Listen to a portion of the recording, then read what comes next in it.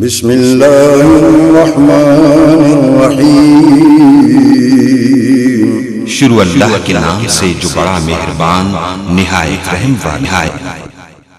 अब्दुहु व रसूलुहु सल्लल्लाहु अलैहि वसल्लम। औज़ु बिल्लाहि मिनश शैतानिर रजीम। या अय्युहल्लज़ीना आमनुत्तकुल्लाहा हक़्क़ तुक़ातिही व ला तमूतुन्ना इल्ला व अंतुम मुस्लिमून। या अय्युहन्नासुत्तकू रब्बकुमुल्लज़ी खलक़कुम मिन नफ्सिन वाहिदा व खलक़ मिन्हा ज़ौजहा व बस्स मिन्हुमा रिजालन कसीरन व निसाअ वत्तकुल्लाहल्लज़ी तसाअलून बिही वल अरहाम इन्नल्लाहा काना अलैकुम रक़ीबा। या अय्युहल्लज़ीना आमनुत्तकुल्लाहा व क़ूलू क़ौलन सदीदा युस्लिह लकुम आमालकुम व यग़फ़िर लकुम ज़ुनूबकुम व मन युतिइल्लाह व रसूलहु फ़क़द फ़ाज़ फ़ौज़न अज़ीमा। अम्मा बाद फ़इन्न खैरल हदीस किताबुल्लाह व खैरल हदी हदी मुहम्मदिन सल्लल्लाहु अलैहि वसल्लम व शर्रल उमूरि मुहदसातुहा व कुल्ल मुहदसतिन बिदअह व कुल्ल बिदअतिन ज़लालह व कुल्ल ज़लालतिन फिन्नार। फ़अऊज़ु बिल्लाहि मिनश शैतानिर रजीम। बिस्मिल्लाहिर रहमानिर रहीम। कुल्लु नफ्सिन ज़ाइक़तुल मौत व इन्नमा तुवफ़्फ़ौना उजूरकुम यौमल क़ियामह फमन ज़ुहज़िहा अनिन नारि व उदख़िलल जन्नत फ़क़द फ़ाज़ वमल हयातुद दुनिया इल्ला मताउल गुरूर। रब्बि शरह ली सदरी व यस्सिर ली अमरी वहलुल उक़दतम मिन लिसानी यफ़क़हू क़ौली। मोहतरम भाइयों, बुजुर्गों, दोस्तों, मुअज़्ज़िज़ात, माओं, बहनों और बेटियों, इंसान मुसलसल सफ़र में है, उसका सफ़र जारी है। मिन्हा खलक़नाकुम व फ़ीहा नुईदुकुम व मिन्हा नुख़रिजुकुम तारतन उख़रा। कुरान की इस आयत ने उसका पूरा सफ़र बयान कर दिया है। इंसान मिन्हा खलक़नाकुम, तुम्हें हमने मट्टी से बनाया। इंसान का जब इस दुनिया में आता है तो जरिया वालदैन बनते हैं। वो जो वालदैन की ग़ज़ा है वो मट्टी से आती है। वो कोई खुराक खाते हैं, फल खाते हैं, जिस्म की उनकी जो नश्व नुमा होती है, जितनी भी चीजें हैं आखिरकार वो मट्टी से बनती हैं। मट्टी भी अल्लाह ताला की, उस मट्टी के अंदर जिंदगी भी अल्लाह ताला डालते हैं। और जब वो जमीन बंजर हो जाती है तो अल्लाह ताला अपने फजल और करम से बारिश बरसाते हैं, पानी आता है, वो फिर जिंदा हो जाती है, फसलें उगती हैं, फल उगते हैं। उससे इंसान जो है वो खाता है, परवरिश पाता है। उसी से इंसान के जो वालिदैन हैं उनको कुव्वत मिलती है और वो फिर इस दुनिया में आने का सबब बनते हैं। इसलिए अल्लाह फरमा रहे हैं मिन्हा खलक़नाकुम, हमने तुम्हें मट्टी से बनाया। व फ़ीहा नुईदुकुम, उसी मट्टी में तुमने जाना है। जिस मट्टी से तुम्हें तुम्हारे वालिदैन को खुराक मिली और तू वजूद में आया, उसी मट्टी में मरने के बाद तुझे दफन किया जाएगा, कब्र के हवाले किया जाएगा, जमीन के नीचे दबा दिया जाएगा। और अगर तेरी जो है मौत फजाओं में, हवाओं में, पानियों में, पहाड़ों पर कहीं भी हुई है, आखिरकार तेरे जो अज्जा हैं वो मट्टी में मिल जाते हैं। तेरा जो आखिरी मस्कन है क़यामत तक जो तू मौजूद होगा वो मट्टी में होगा। वमिन्हा नुखरिजुकुम तारतन उखरा, और आखिरकार इसी मट्टी से हमने तुम्हें दोबारा जिंदा करना है, इसी मट्टी से तुम्हें दोबारा उठाना है। तो ये इंसान का एक सफर है जो अल्लाह ताला ने बयान कर दिया है। तेरा आगाज भी मट्टी, तेरा मस्कन भी मट्टी, तेरा इख्तिताम भी मट्टी। अल्लाह ताला बताना ये चाहते हैं तू आजिज़ है, अपने आप को आजिज़ रख, अपने आप को झुका दे। तेरे लिए जो सबसे बेहतरीन चीज है वो झुक जाना है, अल्लाह के सामने अपने आप को पेश कर देना है। किबरियाई, अजमत, बुलंदी अल्लाह ताला के लिए है। इंसान तेरे लिए कोई बुलंदी नहीं है, तेरे लिए बुलंदी उस वक्त होगी जब तू अल्लाह के सामने झुक जाएगा, क्योंकि तेरी इब्तदा मट्टी से, तेरी इंतहा मट्टी से। तू आलमे अरवाह से चला, आलमे मादरे बतन में आया। या अय्युहन्नास इन्ना खलकनाकुम मिन ज़करिन व उन्सा। अल्लाह फरमाते हैं ऐ इंसानों, हमने तुम्हें एक मर्द और एक औरत से बनाया। आलमे अरवाह में रूहें मौजूद थीं, वो फिर वालदैन बाइस बने।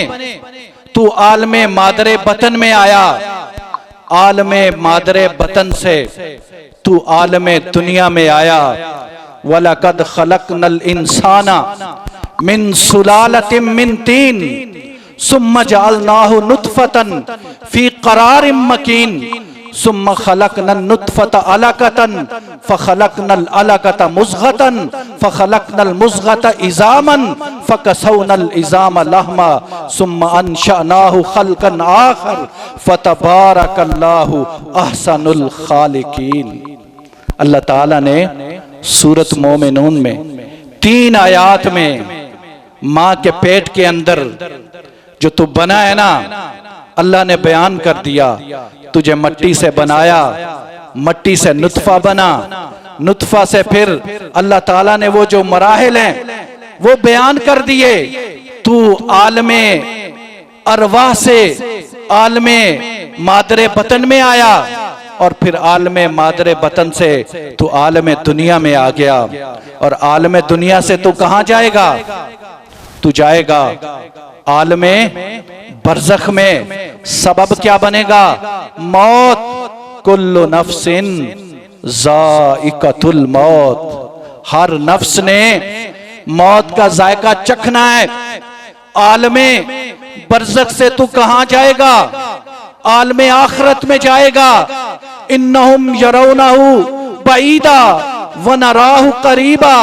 इंसान कहता है वो तो बहुत दूर है।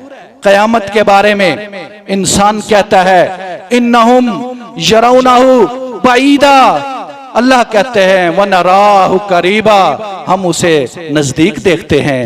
इन्नल्लाह इंदहु इल्मुस्साअ, उस क़यामत का इल्म तो अल्लाह के पास है। लेकिन तेरी क़यामत तो उस वक्त आ जानी है जब तुझे मौत आ जानी है। और जब तुझे मौत आनी है तुझे पता ही कोई नहीं वो कब आनी है, तुझे मालूम ही नहीं है।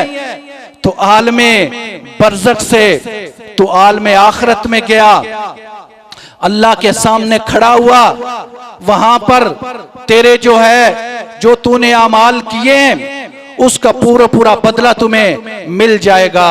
फिर फबश्शिरहुम, फिर खुशखबरियां हैं किन के लिए? अल्लदीना आमनु व अमिलुस्सालिहात, अन्न लहुम जन्नातिन तजरी मिन तहतिहल अनहार, जो ईमान लाए नेक अमाल किए उनके लिए जन्नत है, और जो दुनिया में कुफर करते रहे फबश्शिरहुम बि अज़ाबिन अलीम, अल्लाह फरमाते हैं फिर उनके लिए अज़ाबे अलीम है। फमन ज़ुहज़िया अनिन नार व उदखिलल जन्नत फ़क़द फ़ाज़, जो जहन्नम की आग से बचकर जन्नत में चला गया वो कामयाब है।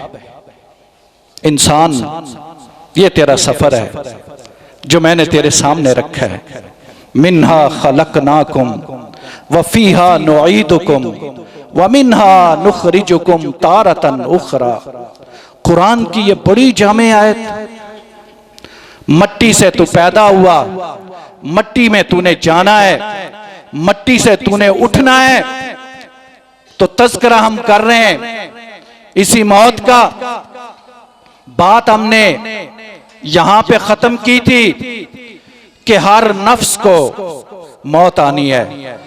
कुल्लु मन अलैहा फान, हर एक ने फना हो जाना है।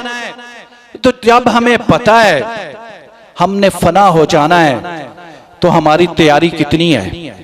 हमें हर वक्त तैयार रहना चाहिए ना।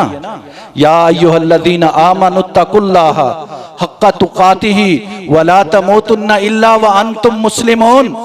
ईमान वालो, अल्लाह से डर जाओ जिस तरह डरने का हक है। मरना तो मुसलमान ही मरना। यानी हमारी जिंदगी के जो 24 घंटे हैं ना, हमारी जिंदगी का दिन के जो 24 घंटे है, हर लम्हा हर सेकंड वो अल्लाह ताला की फर्मा बरदारी में गुजरना चाहिए। तभी हमें मौत आएगी तो हम फर्मा बरदार होंगे, अल्लाह ताला से डरने वाले होंगे।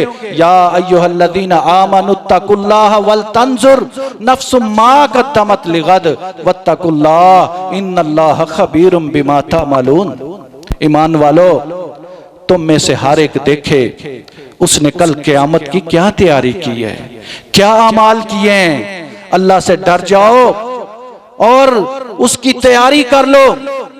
तो हमें चूंकि मौत तो आनी है, हमारा ईमान है, इस पे हम बात कर चुके हैं। इस मौत ने ना कोई अमीर छोड़ा है, ना कोई फकीर छोड़ा है, ना कोई बादशाह छोड़ा है, ना कोई बहुत बड़ा ओहदेदार छोड़ा है, ना कोई बच्चा छोड़ा है, ना कोई औरत छोड़ी है, ना कोई मर्द छोड़ा है। हर एक को जब मौत ने आना है तो हमने तैयारी करनी है। अब तैयारी से पहले मौत तो किसी वक्त भी आ जाती है। नबी करीम सल्लल्लाहु अलैहि वसल्लम ने एक चीज की तरफ इशारा किया और वो है वसीयत। हर बंदे को वसीयत लिख के रखनी चाहिए। नबी करीम सल्लल्लाहु अलैहि वसल्लम का ये फरमाने आली शान है कि अगर आपने कोई वसीयत किसी चीज की करनी है तो 2 रातों से ज्यादा वक्त नहीं गुजरना चाहिए, वो वसीयत आपके पास होनी चाहिए। हजरत अब्दुल्ला बिन उमर रजी अल्लाह ताला अन्हु फरमाते हैं, जब मैंने ये नबी सल्लल्लाहु अलैहि वसल्लम का फरमान सुना तो मैंने उसी वक्त वसीयत लिख के रख ली। वसीयत क्या होती है? कोई भी चीज जो आपके ज़हन में है, आप नहीं बताना चाहते और आप चाहते हैं मेरे बाद ये हो, वो वसीयत लिख के रखें। कोई पैसों का मामला है, किसी से आपने कर्जा लेना है, किसी को कर्जा देना है, कोई रिश्ते का मामला है, कोई सीक्रेट बात है जो आपके ज़हन में है और आप चाहते हैं कि वो हो। अब जिंदगी का तो पता कोई नहीं, लिहाजा वसीयत जो है वो आप अपने पास लिख के रखें। नबी करीम सल्लल्लाहु अलैहि वसल्लम का ये फरमाने आली शान है। लेकिन वसीयत के बारे में 2 चीजें आपके ज़हन में होनी चाहिए।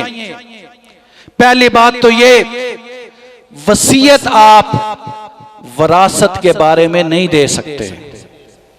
वरासत से मेरा क्या मुराद है कि जब आप इस दुनिया में जाएंगे, आपकी जो वरासत है सपोज आपके पास 10 लाख रुपया है, वो 10 लाख रुपया अब कैसे तकसीम होगा? मैं एक मिसाल से आपको बात समझाता हूं। वैसे इस पे इंशाल्लाह एक जुमा हम पढ़ाएंगे। ये बड़ा ही अहम मसला है वरासत का। और जब कयामत ने बरपा होना है ना, क़यामत के करीब इल्म उठा लिया जाएगा, तो इल्म में सबसे पहले जो चीज उठाई जाएगी वो वरासत का इल्म है। ये उठा लिया जाएगा और आज इसका ख्याल नहीं किया जाता। बेटियों को तो वरासत में हिस्सा दिया ही नहीं जाता, जिस तरह कुफारे मक्का करते थे। वरासत कोई थी नहीं औरतों की, वही हाल हम मुसलमानों ने कर दिया है। मिसाल से बात समझा रहा हूं। एक आदमी है, उसका 10 लाख रुपया उसके पास है। अब वो दुनिया से चला गया है, तो वरासत कैसे होगी? अगर उसके बेटे भी हैं, बेटियां भी हैं, वालदैन माँ बाप दोनों जिंदा है, बीवी भी है, तो ये जो वरासत है इनमें तकसीम होगी। ये इसके हकीकी वारिस हैं। बेटे को 2 हिस्से मिलेंगे, बेटी को 1 हिस्सा मिलेगा, वालदैन को 6ठा हिस्सा मिलेगा, बीवी को 8वां हिस्सा मिलेगा। इसको कहते हैं वरासत। लेकिन इसकी आगे मुख्तलिफ शक्लें हैं, वो हम इंशाल्लाह जुमा पढ़ाएंगे, उसमें डिस्कस करेंगे। तो आपने जो वसीयत करनी है, उसमें जो वारिस लोग हैं आपके बाद, उनको कुछ नहीं देना वसीयत में। उनको तो हिस्सा अल्लाह ताला ने दे दिया है। यूसीकुमुल्लाह, अल्लाह फरमाते हैं उनकी वसीयत मैंने कर दी है, वो वसीयत। और दूसरी चीज, आप ये जो वसीयत कर रहे हैं ना, आपका जो विरसा है उसके 1/3 से ज्यादा नहीं होनी चाहिए। मसलन आपके पास लाख है, तो उसमें से 3 लाख से ज्यादा ये आपकी वसीयत नहीं होनी चाहिए। क्योंकि अगर आप 10 लाख की वसीयत कर गए, तो जिनको वारिस अल्लाह ताला ने बनाया, आप तो उन्हें मारूम कर गए। इसलिए वसीयत में ये 2 चीजें आपने जहन में रखनी है। वारसों के बारे में वसीयत नहीं करनी, और 1/3 से ज्यादा वसीयत नहीं करनी। और वसीयत आप कर जाएं, उसकी मैं आपको एक मिसाल देता हूं। आपका एक कोई रिश्तेदार है, वो आप उसको जानते हैं, वो बड़ा ही अच्छा आदमी है, अच्छा बच्चा है, आप उसकी पहले भी कफालत करते रहें। जब आप इस दुनिया से जाएंगे, उसको तो हिस्सा नहीं मिलेगा। अगर आप वसीयत कर जाएं कि मेरे इतने पैसे इसको दिए जाएं, या फला फला चीज इसको दी जाए, और वो वसीयत आप अपने पास रखें, तो जब आप दुनिया से चले जाएंगे तो आपकी वसीयत के मुताबिक उसको हिस्सा मिलेगा। इसलिए आप जिंदा हैं, अपनी वसीयत लिख के रखें। अब मौत का वक्त करीब आ गया है, बंदा इस दुनिया से जाने लगा है, नज़ा का आलम है। कुरान जिसका तज़किरा कर रहा है, उसकी बॉडी जो है वो बिस्तर पे मौजूद है, हॉस्पिटल में मौजूद है, बेड पर या कहीं भी उसको मौत आ रही है, आखिरी वक्त है। कुरान जिसका तज़किरा कर रहा है, कल्ला इज़ा बलगत तराकिया वकीला मन राक वज़न्ना अन्नहुल फिराक वल्तफ़तिस साक़ु बिस्साक़ इला रब्बिका यौमा इज़िनिल मसाक़ फलौला इज़ा बलगतिल हुल्क़ूम व अंतुम हीना इज़िन तंज़ुरून व नहनु अक़रबु इलैहि मिनकुम वलाकिन ला तुबसिरून फलौला इन कुंतुम गैर मदीनीन तरजिऊनहा इन कुंतुम सादिक़ीन। जिस्म से जान निकल रही है, निचले हिस्से से निकलना शुरू हुई है, पिंडली के साथ पिंडली लग गई है, वो जो रूह है ये हंसली तक आ गई है, फिर हलक तक आई है। आप देख रहे हैं अब एक चारपाई है, उस पे मरने वाला मौजूद है, आपको पता है उसकी रूह निकल रही है और आप उसके इर्द गिर्द बैठे हैं। अब हमें क्या करना चाहिए, ये मैं आपको समझाना चाहता हूं।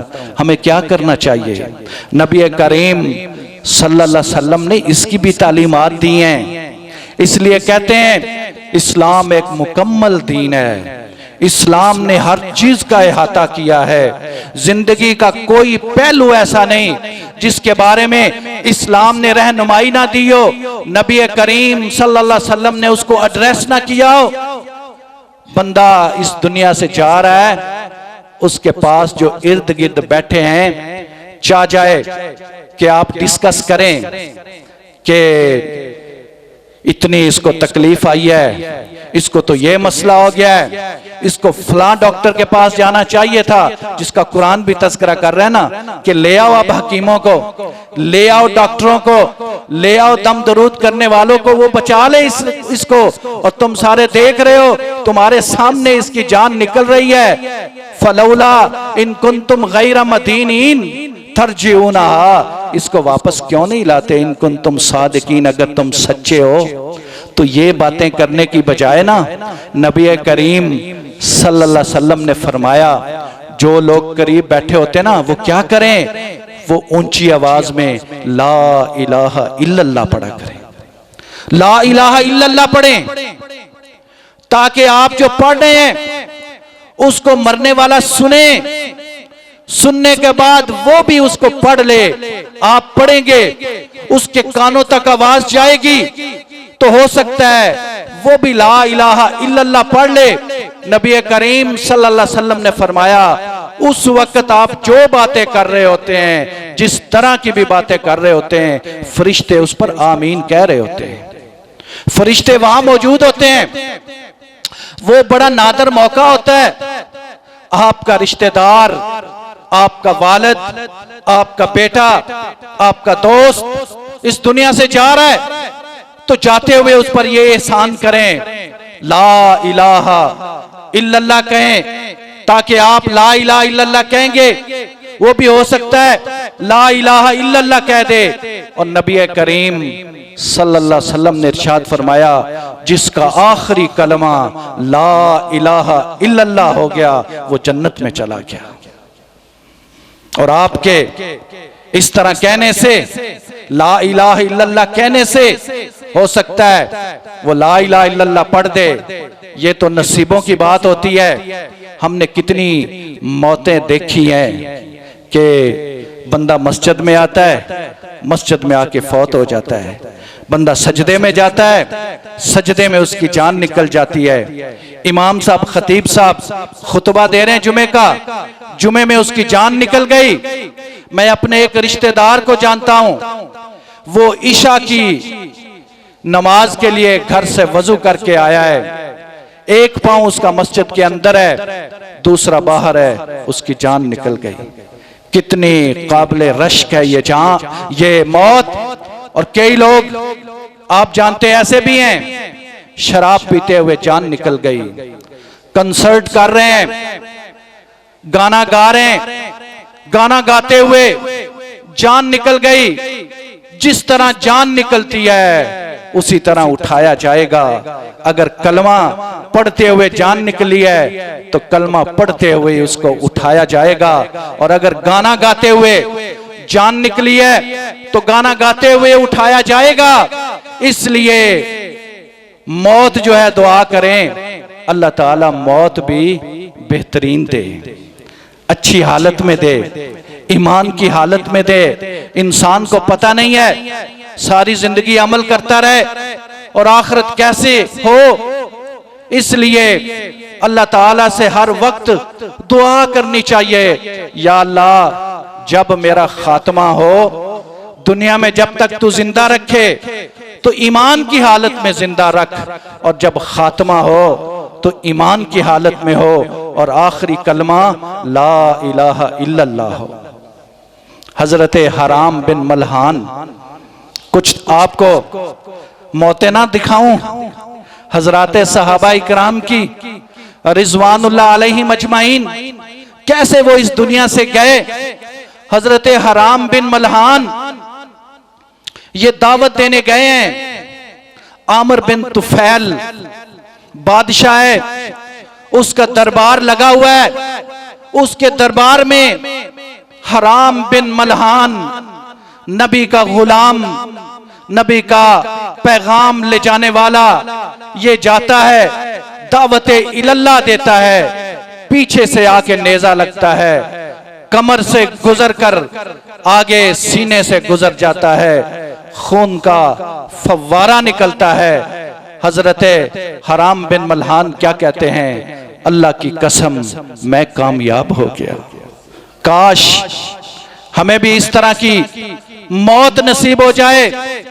हजरत खुबैब बिन अदी रजी अल्लाह ताला अन्हु कैद होकर मक्का चले गए हैं और उस आदमी ने आपको खरीद लिया है जिसके बाप को आपने, हारिस को आपने बदर में कत्ल किया था।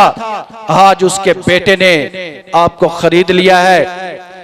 हुर्मत वाले महीने हैं, घर में रखा हुआ है। इरादा उसका ये है जब ये हुर्मत वाले महीने खत्म हो जाएंगे ना तो फिर मैं इनको शहीद करूंगा। हुर्मत वाले महीने खत्म हो जाते हैं ना, उसने फैसला किया है शहीद करने का, और फैसला उसका इतना जुल्म पर मबनी है, वो गुस्से से इतना भरा हुआ है, कहता है चौक में सूली पे लटकाऊंगा। ये हजरत खुबैब बिन अदी की मौत आपको सुना रहा हूं। ये मेरे नबी के सहाबा हैं, मेरे नबी के परवाने हैं, जिनकी वजह से इस्लाम हम तक पहुंचा है। हजरत खुबैब बिन अदी रजी अल्लाह ताला अन्हु को मजमा सज गया है। उस मजमे में ये हरम से बाहर मजमा लगाया गया है, एक दरख्त के साथ वो रस्सी लटका दी गई है जिस पर आपको सूली चढ़ाना है। सारे मक्के के लोग, मर्द, औरतें, बच्चे, बूढ़े सारे वहां जमे हैं कि आज खुबैब बिन अदी को सूली पे चढ़ाया जाएगा। जब खुबैब बिन अदी को घर से लेने के लिए आते हैं ना तो आप कहते हैं 2 नफल पढ़ लेने दें। यह इस्लाम का वो शहीद है जिसने सूली पे चढ़ने से पहले 2 नफल अदा किए हैं, और फरमाते हैं वो नफल मैंने जल्दी जल्दी अदा किए, कहीं ये लोग ये ना कहें कि मौत से डर के नफल ही लंबे कर लिए हैं। उनको जब ले जाया गया, चारों तरफ से तलवारें, नेज़े उनको मारे गए, जख्मी किया गया, और इस हालत में हजरत खुबैब बिन अदी रजी अल्लाह ताला अन्हु की रूह परवाज कर गई। मुझे बताइए कितनी प्यारी मौत खुबैब को अल्लाह ताला ने दी है। कल क़यामत के दिन जब उठाया जाएगा तो इसी तरह आपको उठाया जाएगा। और उसके मुकाबले में वो लोग जो इस्लाम के दुश्मन हैं, जो अल्लाह के बागी हैं, उन्हें जब मौत आती है तो वो भी इबरत की मौत आती है। फिरौन को जब मौत आई थी तो कैसे आई थी? उस समंदर से हजरत मूसा अलैहिस्सलाम भी गुजर गए, आपकी कौम भी गुजर गई। उसी समंदर में, उन्हीं रास्तों में ये फिरौन दाखिल होता है, और जब समंदर के दरमियान में जाता है तो पानी भी अल्लाह की मखलूक है, अल्लाह ताला ने पानी के जरिए गरक कर दिया। उस वक्त फिर ये कहता है काला आमन्तु अन्नहु ला इलाहा। फिर उस वक्त जो है ये ईमान ले आता है, लेकिन उस वक्त का ईमान लाना क्या फायदा देगा? ये तो अपने वक्त का फिरौन था ना। हमारी उम्मत, नबी करीम सल्लल्लाहु अलैहि वसल्लम की उम्मत का जो फिरौन था अबू जहल, पता है उसकी कैसे मौत हुई? मुअव्वज और मुआज ने उसको कत्ल किया। ये छोटे छोटे बच्चे हैं, ये जंगे बदर में ढूंढ रहे थे। हजरत अब्दुर्रहमान बिन औफ रजी अल्लाह ताला अन्हु फरमाते हैं मुझसे आकर मुअव्वज और मुआज पूछते हैं, छोटे छोटे बच्चे हैं 13-14 साल के, बड़ी मुश्किल से नबी करीम सल्लल्लाहु अलैहि वसल्लम की तरफ से इजाजत मिली थी, छोटे बच्चे हैं, पूछते हैं चचा जी अबू जहल की तरह। मैंने कहा तुमने क्या करना है? कहते सुना है गालियां देता है महबूब बारी को, मर जाएंगे या मारेंगे इस नारी को। कहता मैंने इशारा किया, अबू जहल सामने आया, दोनों झपटे और उसको कत्ल कर दिया। और जब वो उसकी आखिरी सांसें बाकी थी तो क्या कहता है हजरत अब्दुल्ला बिन मसूद रजी अल्लाह ताला अन्हो, ढूंढ रहे थे अबू जाल को, मिल गया, आखिरी सांसें बाकी थी, उसके छाती पे बैठ गए, तो उस वक्त भी उसका तकब्बुर खत्म नहीं हुआ। ये जो फिरौन था हजरत मूसा अलैहिस्सलाम के दौर का, इसने तो कह दिया था काला आमनतु, मैं ईमान ले आया बनी इसराइल के रब पर, मूसा अलैहिस्सलाम के रब पर। ये उस वक्त भी कह रहा है। अब्दुल्ला बिन मसूद रजी अल्लाह ताला अन्हु चरवाहे थे, कहते हैं काश मुझे कोई चरवाहा कत्ल ना करता। उस वक्त भी इसका तकब्बुर खत्म नहीं हुआ। तो मैं बात अर्ज कर रहा था, बंदा इस दुनिया से जा रहा है तो ला इलाहा इल्लल्लाह उसके पास पढ़नी चाहिए, और ताकि वो भी ला इलाहा इल्लल्लाह पढ़े, वहां उस वक्त और कोई डिस्कशन नहीं होनी चाहिए और कोई बहस नहीं होनी चाहिए। ये ला इलाहा इल्लल्लाह उसके सामने पढ़ना चाहिए। अब वो बंदा इस दुनिया से चला गया है, वो फौत हो गया है, तो सबसे पहला काम क्या करना चाहिए? जिनका वो फौत हुआ है, किसी का अगर बाप फौत हो गया है तो बेटे को क्या करना चाहिए? सबसे पहला जो कलमा पढ़ना चाहिए। नबी करीम सल्लल्लाहु अलैहि वसल्लम ने फरमाया, सब्र वो है जो पहले लम्हे किया जाता है, बाद में तो सभी को सब्र आ जाता है। उस वक्त पढ़ना चाहिए इन्ना लिल्लाहि व इन्ना इलैहि राजिऊन, अल्लाहुम्मा अजुरनी फी मुसीबती वखलुफ ली खैरम मिन्हा। अल्लाह तूने दिया था, तूने ले लिया, मैं सब्र करता हूं, इस मुसीबत पर मुझे अजर दे और इससे बेहतर मुझे नेमुल बदल अता फरमा दे। होना यह चाहिए। मुसलमान जो है उसका तर्ज़े अमल ये होना चाहिए, अगर उसके 3 बेटे हैं किसी बाप के और एक बेटा चला गया है तो उसके अल्फाज ये होने चाहिए, अल्लाह जी मेरे 3 बेटे थे, तूने एक ले लिया, 2 तो अभी मेरे पास हैं, वो वापस तो कोई नहीं आना।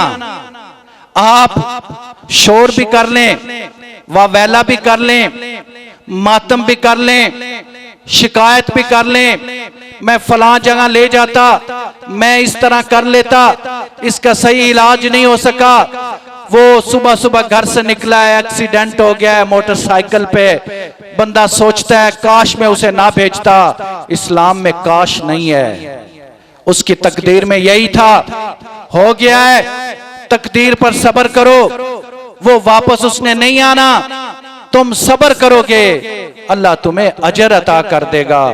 इसलिए सब्र करें। या अय्युहल्लज़ीना आमनुस्ताईनु बिस्सब्रि वस्सलाह इन्नल्लाहा मअस्साबिरीन वला तक़ूलू लिमन युक़तलु फ़ी सबीलिल्लाहि अमवात बल अहयाउ वलाकिन ला तशऊरून वलनब्लुवन्नकुम बिशैइन मिनल खौफ़ि वल जूइ व नक़्सिम मिनल अमवालि वल अनफुसि वस्समरात वबश्शिरिस साबिरीन अल्लज़ीना इज़ा असाबतहुम मुसीबा क़ालू इन्ना लिल्लाहि व इन्ना इलैहि राजिऊन उलाइका अलैहिम सलवातुम मिर रब्बिहिम व रहमा व उलाइका हुमुल मुहतदून। सब्र करो, अल्लाह ताला से दुआ करो। अब तुम्हारा क्या काम है? जो बंदा इस दुनिया से चला गया है, सबसे पहले क्या करना है? सबसे पहले उसके कफन दफन का इंतजाम करना है। जो वो तरका छोड़ के गया है, जो वो पैसे छोड़ के गया है, जो वो वरासत छोड़ के गया है, सबसे पहले उसके कफन दफन का इंतजाम। दूसरी बात, उसका कर्ज अदा करना है। कर्ज नबी करीम सल्लल्लाहु अलैहि वसल्लम ने इरशाद फरमाया, शहीद का अल्लाह ताला ने सारे गुनाह माफ हैं, कर्ज शहीद को भी माफ नहीं है। और मोमिन का, मुसलमान का जब तक कर्जा अदा नहीं हो जाता, उसकी रूह दरमियान में मुअल्लक रहती है। इसलिए कफन दफन का इंतजाम सबसे पहले और उसके बाद उसके कर्ज का बंदोबस्त किया जाए। जहां लोगों के कर्ज देने हैं, अगर अल्लाह का कर्ज देना है तो वो भी अदा करें। अल्लाह का कर्ज क्या है? अगर उसने ज़कात देनी थी तो ज़कात देनी चाहिए। जो उसके पैसे बचे हुए हैं उनको तकसीम करने से पहले उसकी ज़कात अदा करनी चाहिए। और अगर उसने फर्जी हज नहीं किया, वो साहबे इस्तिताअत था, हज कर सकता था, और अगर उसने हज नहीं किया, उसकी सेहत ने इजाजत नहीं दी, या उसको टाइम नहीं मिला, या वो नहीं जा सका, तो हज अदा होनी चाहिए। जब ये कर्ज अदा हो जाए, लोगों का भी अल्लाह ताला का भी, तो फिर क्या करना है? फिर उसकी वसीयत पूरी करनी चाहिए। वो वसीयत जिसका मैं तज़किरा कर चुका हूं, वसीयत पूरी करें। जब वसीयत पूरी हो जाए फिर क्या करना है? फिर उसकी वरासत आती है मरने वाले की। तो सबसे पहले कफन दफन, फिर कर्ज, फिर वसीयत, फिर वरासत। अब ये जो बंदा दुनिया से चला गया है, इसका अब हमने क्या करना है?